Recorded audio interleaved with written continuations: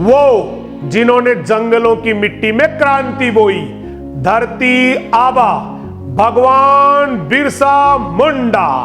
आंखें बंद कीजिए और कल्पना कीजिए 19वीं सदी का झारखंड, घने जंगल, मिट्टी की महक और उस मिट्टी में पली वो आवाज जिसने एक दिन अंग्रेजी हुकूमत को हिला दिया। वो आवाज किसी राजा की नहीं थी, वो आवाज थी धरती के बेटे भगवान बिरसा मुंडा की। 15 नवंबर 1875 झारखंड के छोटे से गांव उलीहातू में एक बच्चा जन्मा।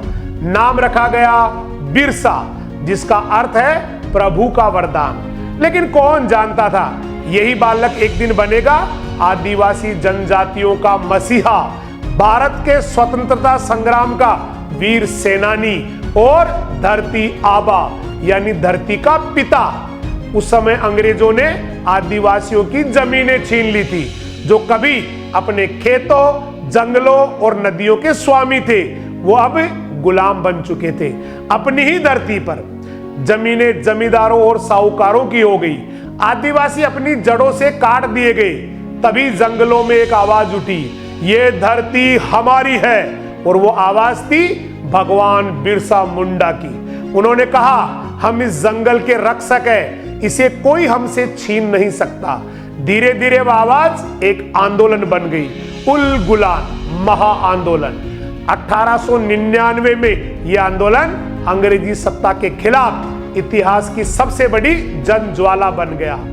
उल गुलान का अर्थ था महान हलचल, और सच में इसने भारत की धरती को हिला दिया।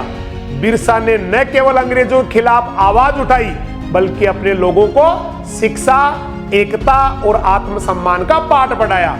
उन्होंने कहा, पढ़ो, अपने अधिकारों को पहचानो और अपनी धरती के लिए खड़े हो जाओ।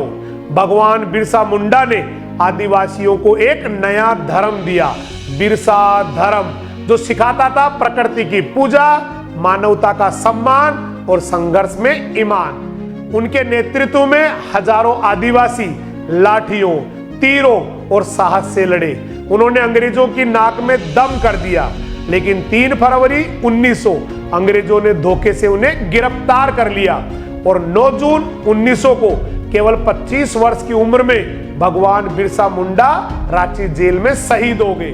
कहते हैं उनकी मृत्यु के बाद भी उनकी आत्मा जंगलों में गूंजती रही। धरती हमारी है, हम सब इसके रखवाले हैं। जय भगवान बिरसा मुंडा, जय जनजातीय वीरता, जय भारत।